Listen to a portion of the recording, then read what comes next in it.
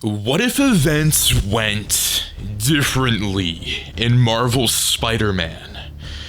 What if Chucky was in Marvel's Spider-Man? Welcome back, my fellow watchers of the multiverse, to Horror Week. Welcome to Horror Week. From May the 1st all the way to May the 7th. This is going to be a interesting week, and I want to give a massive community shout out to Ghost Rider and Joker 12. So I want to give you a massive community shout out for requesting this particular what if in the live streams. I highly recommend when we do live streams on Monday or Friday to check them out and put your request in them, because you never know when you're going to get a community shout out. So again, I want to give you a massive community shout out. Thank you guys so very much. And that being said, I also want to give a massive shout out to what we have coming here. And that is Playtime's Over, the Horror Week collection. We are running a 1-week merchandise sale, and it's absolutely crazy. It's what if the Toy Story characters were in Call of Duty Zombies. Now you can get this custom exclusive MissedThePart merchandise on the Fourth Wall website, and you can use discount code WHATIF for 10% off. I would highly recommend getting this as soon as you can, because we're only running this for 1 week. So once it's gone, it's gone. And I do want to give a massive shout out to the community for supporting this merchandise shop. It's actually crazy. We're already seeing a ton of orders, and we're going to be putting those actually towards the channel for more videos. So again, welcome to Horror Week, and I can't wait to dive into this episode. New York had just started to breathe again. The scars of Devil's Breath epidemic were still fresh. Makeshift clinics scattered through the midtown. Hollowed-eyed survivors clutching paper masks they no longer needed. And faded Oscorp billboards tagged with graffiti like lies in the sky. But the city was trying. Construction cranes crowded the skyline like mechanical sentries, slowly stitching together the wounds that Martin Lee had carved open. It wasn't peace, but it was quiet. And in this city, quiet always meant something worse was coming. Peter Parker moved like a ghost through these half-healed streets. Swinging felt different now, less free, less like a thrill and more like a responsibility sewed into his muscles. Every rooftop he crossed bore some echo of what he couldn't save. Civilians coughing in alleyways, bodies zipped into white bags. The weight of Octavius's betrayal still burned through his chest like acid. He'd given everything to stop Devil's Breath. He'd lost Aunt May. He'd broken Otto's mind, or maybe just peeled it back far enough to see what was hiding under there. There was no going back, which is why the killings felt like deja vu. The first body had just been found on the upper floor of an Oscorp satellite lab, tucked beneath a ventilation duct. A junior tech, unarmed, unremarkable, reduced to small red smears across plexiglass. The police chalked it up to one of the surviving demons, some bitter last soldier. Some bitter last soldier from Martin Lee's ranks. Peter knew better. The footage showed nothing. The timestamp simply blinked from 2:17 a.m. to 2:18 a.m., and the blood was there. No sign of forced entry, no audio. Just one frame where the cameras shimmered like heat through broken glass. The second body was worse, found in the service tunnels near Grand Central. A sanitation worker, nearly unrecognizable, limbs twisted backwards, mouth split ear to ear, in a grotesque minuscule of a grin. and carved across his chest childlike precision with the words, "Playtime's over." Peter stood over that body longer than he meant to. It felt wrong, like a memory he hadn't lived yet. There was no pattern, no signature, no science, just malice. And that was the part that made his skin crawl. This wasn't the Kingpin's brutality. This wasn't Scorpion's hallucinogenic games or Osborn's failed experiments. This felt old, personal, mean. Behind the scenes, Oscorp quietly sealed off one of their deep storage research vaults. They didn't release what had been kept inside, not even to the authorities. But Peter had his way of knowing. MJ had gone digging, late nights buried into the Oscorp server maze, chasing rumors and flagged file strings. She found it buried in a storage manifest. Item hashtag 1041BCH recovered from unidentified rift fluctuation. Not of known origin. Approximate contains children's toy, red hair, unknown organic components. The doll had been found after the final dimensional destabilizations during the Devil's Breath fallout. An anomaly recorded beneath Oscorp's cross-universal energy trial experiments. It wasn't from their Earth. It wasn't anything that they knew about. And the scientist who cataloged it had gone missing 2 days after logging the item. Peter broke into the vault that night, his suit still to stealth mode, his heartbeat loud, his ears. He expected a weapon, maybe a shard of alien tech, but it wasn't any of those things. It was just a doll, or it looked like one, slumped in a glass containment cube, under layers of quarantine tape and biohazard locks. It sat staring straight at him. Its body was stitched with grim, demon or demonic overalls, torn in patches. One eye was lazy, just off center enough to unsettle. Its hair, bright, blood orange synthetic, was matted, dirty. The smile carved into its plastic face wasn't wide or welcoming. It was fixed, predatory. Peter didn't speak. He didn't move. He just watched. Then, in the reflection of the cube, he saw it. The doll blinked. The next morning, 3 Oscorp technicians were reported missing. The vault was found open. The security footage was corrupted again, just static. Then one final frame, a red smear along the hallway wall that ended with a handprint half size of a human hand.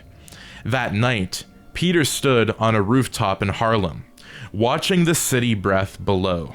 Somewhere out there, something wrong had crossed into his world. Not a man, not a god, not a mutant or machine. Something simple, something old. A soul too broken to die, now wearing the skin of something small. Something that you could leave on a toy shelf.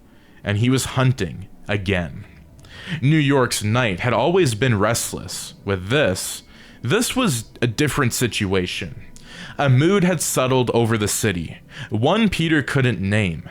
It wasn't the chaos of a supervillain's attack, or the spike or fear during a mass outbreak. This was quiet dread, a kind of spiritual infection. Oscorp's name was in the news again. Of course, security failures, missing staff. Peter heard the whispers in the streets, the online ghost stories, the toy killer, the red-haired shadow, a little man in the tunnels. The NYPD was baffled. Their evidence made no sense. Scratches on the walls, 5 feet off the ground, but no camera footage. DNA that read as partially human, partially plastic. Bite marks on corpses far too small for any animal. And the carving patterns, ritualistic, but not in the way Peter was used to. This was playful, childlike, like something trying to mimic a cartoon, but with meat for crayons. Peter investigated the scenes himself. He found what the police missed. Traces of interdimensional energy, barely present, like ash from a burned memory. The same energy signature that trailed through the old vault where the doll had been stored. The doll that had vanished. The one Peter had stood in front of. The one that had blinked. He turned to the one man he hoped he could He turned to the man he hoped he could help. Dr. Otto Octavius. Peter hadn't seen him in weeks. After the Devil's Breath crisis, Otto had become increasingly reclusive, diving into isolated research, pouring every breath into neurointerface studies under Oscorp's funding umbrella. Norman had ghosted him, but Otto had survived worse. Peter arrived at the laboratory just before midnight. The lights inside were dim. Holograms flickered across the space like after images, schematics, suspended mid-air, brain maps, spine overlays, molecular blueprints of artifact tissue. Otto sat at the center, hunched, unmoving, not asleep, just staring. Peter explained everything. The killings, the evidence, the doll, the blink, the impossible. Otto didn't laugh, he just dismissed it. He nodded. A trapped consciousness, a soul forced into a vessel. He spoke as though the words had been waiting on his tongue, like he'd already thought of it. Peter was unnerved but desperate. Otto agreed to help. He asked Peter to bring him anything connected to the energy. Clothing, samples, a burned knife hilt found in the latest crime scene. Peter complied. He didn't see the gleam in Otto's eyes. He didn't see the way Otto's hand trembled, not in fear, but excitement. Otto wasn't in prison. Everybody thought that he was, but in this timeline, he got parole. He was sent back to the lab, sent back to the streets for what he had done. Due to the arms Otto had, they didn't convict him. In the days that followed, Peter hunted through the underworld. He followed leads through sewer conductors and abandoned subway lines. He found claw marks carved into concrete, puddles that smelled of battery acid and rotting fruit, blood trails that ended mid-hallway, and at the edge of every scene, just out of reach, was laughter, high, piercing, unnatural. It never echoed right, as it came from a different dimension than the walls it bounced off of. Meanwhile, at the lab, Otto studied the doll's energy remnants with a growing obsession. He didn't tell Peter what he had found in Oscorp's deepest archives: soul retention, failed cross-quantum consciousness experiments, and one classified project labeled SLR, Soul Lock Ritual. He saw the madness behind it and understood it. What if life wasn't limited to flesh? What if failure didn't mean death? What if a soul could move, grow, conquer? He began to see Charles Lee Ray not as a murderer, but as a survivor. Otto began hearing the voice at night, sometimes in the static of the monitor, sometimes in the clicks of the mechanical arms he hadn't activated. The voice called him Doc, called him genius, called him friend. Otto spoke back, and Chucky listened. When Peter finally returned to the laboratory, something was off. Otto's face was sunken, pale, his eyes were too wide, and his hands moved too precisely. His neural inner surface prototypes had advanced far faster than Peter expected, and in the center of the lab sat the doll.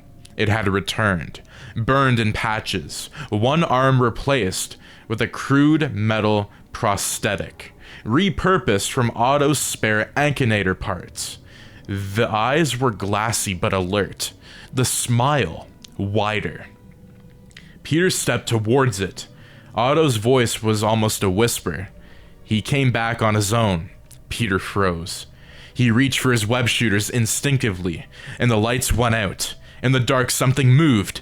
Not big, not loud, but fast. Peter heard the scrap of metal on metal, a small laugh behind his shoulder. He turned and fired webbing. Nothing. A flicker of movement, a reflection in the glass. Then claws, small ones, tearing through cables, slicing lab screens, shredding wires and escaping into the vents with inhumane speed. Peter lunged after him but caught only air.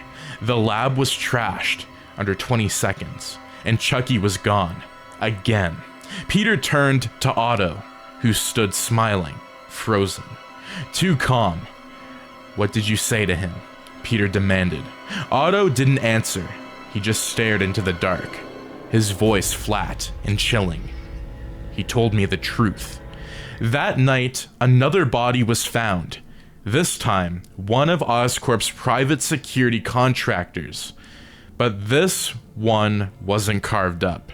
He was hollowed, chest cavity split open, empty. Inside his ribs, jammed into the torn muscle, was a photo of Miles Morales, crayon hearts drawn around his face in red. The storm rolled in over New York like a drawn curtain. Thunder stalked the skyline.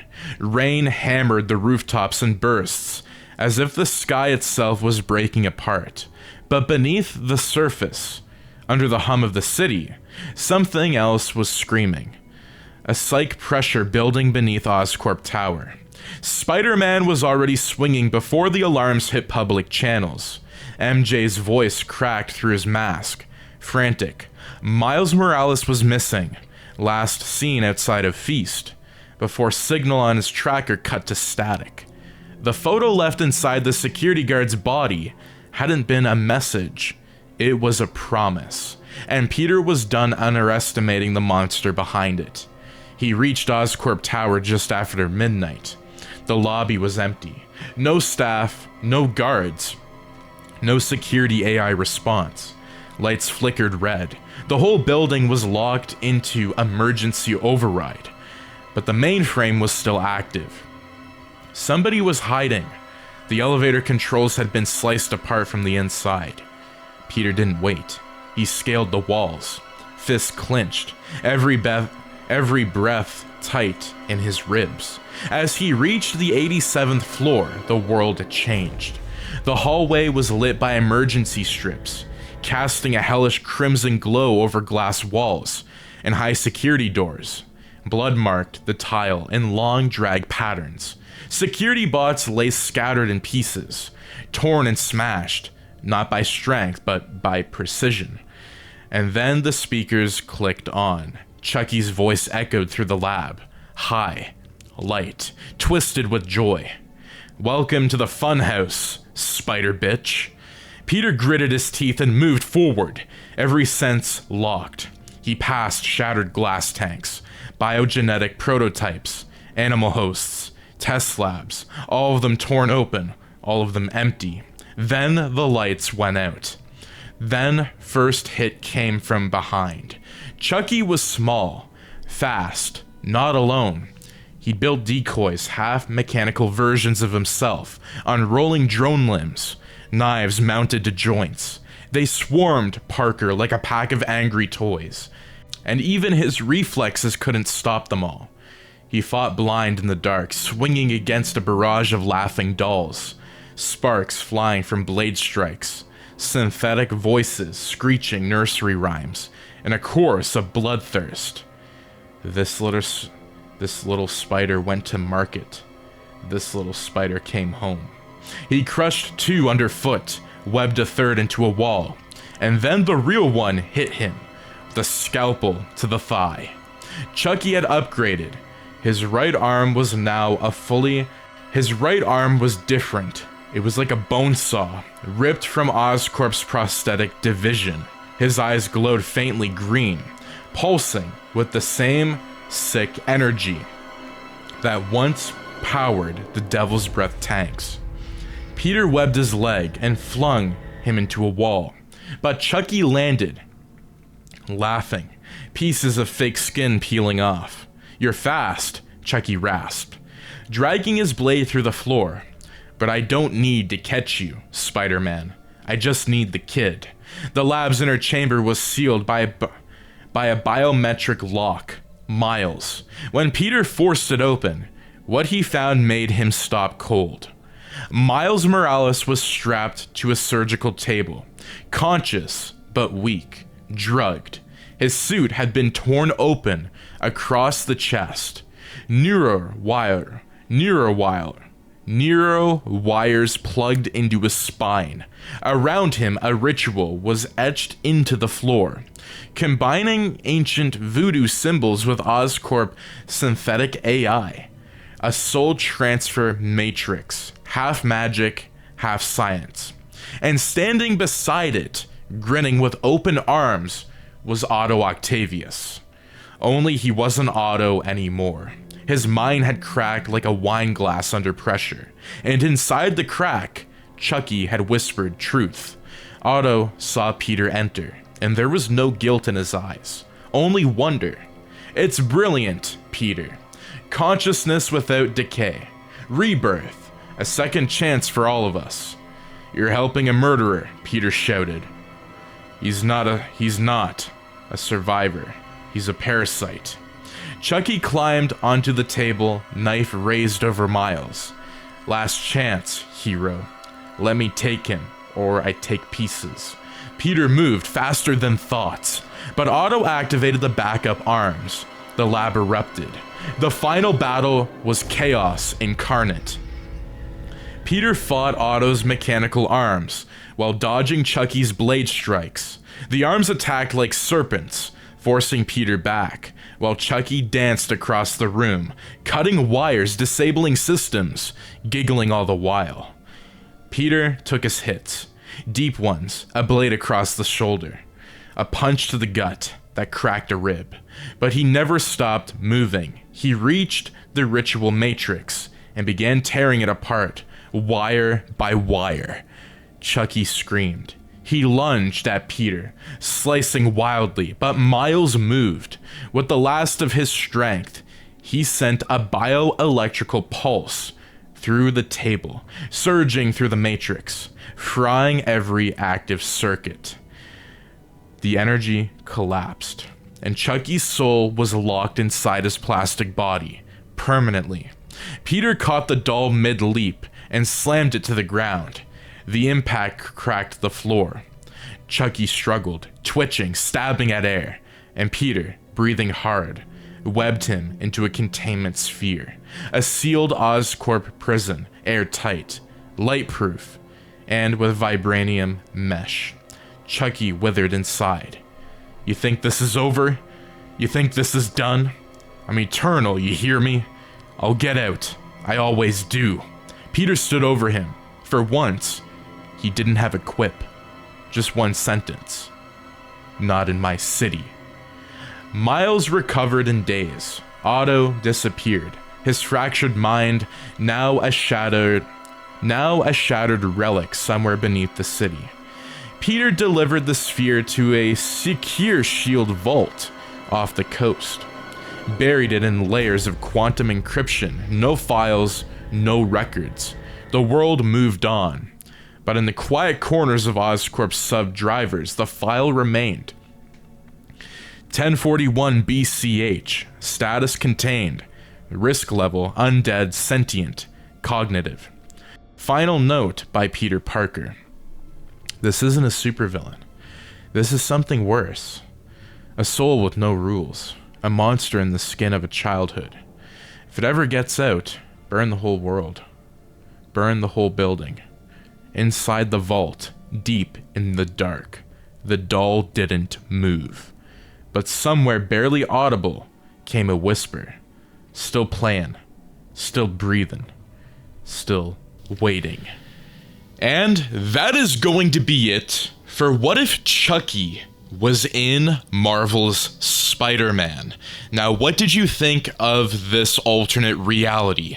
Let me know in the comments down below, and if you guys did enjoy this video, do make sure to subscribe, like, share, and turn those notifications on so you and your friends are all up to date when we post on this channel. And again, I want to give a massive shout out to the community members here on the YouTube community page as well as the Patreon, and also make sure to scoop up the exclusive merch. It's running for only 1 week. It's the Playtime is Over exclusive Toy Story merch for Horror Week. It's where the Toy Story characters dive into the world of Call of Duty Black Ops Zombies, and it's a very interesting, wacky, dark timeline.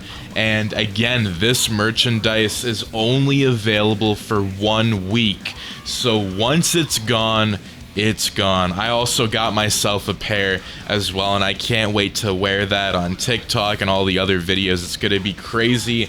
But again, once it's gone, it's not gonna be on the channel. So use discount code WHATIF for 10% off when you're placing the order. And again, all of the proceeds go towards the channel. It goes towards creating more content like this and even hosting even more horror videos on this YouTube channel with insane ideas like never before. But that being said, my fellow watchers of the multiverse, thank you guys so much for tuning in today's video, and I will see you in the next episode. Again, massive shout out to Ghost Rider and to Joker12 for this video. Thank you so much for watching. Take it easy.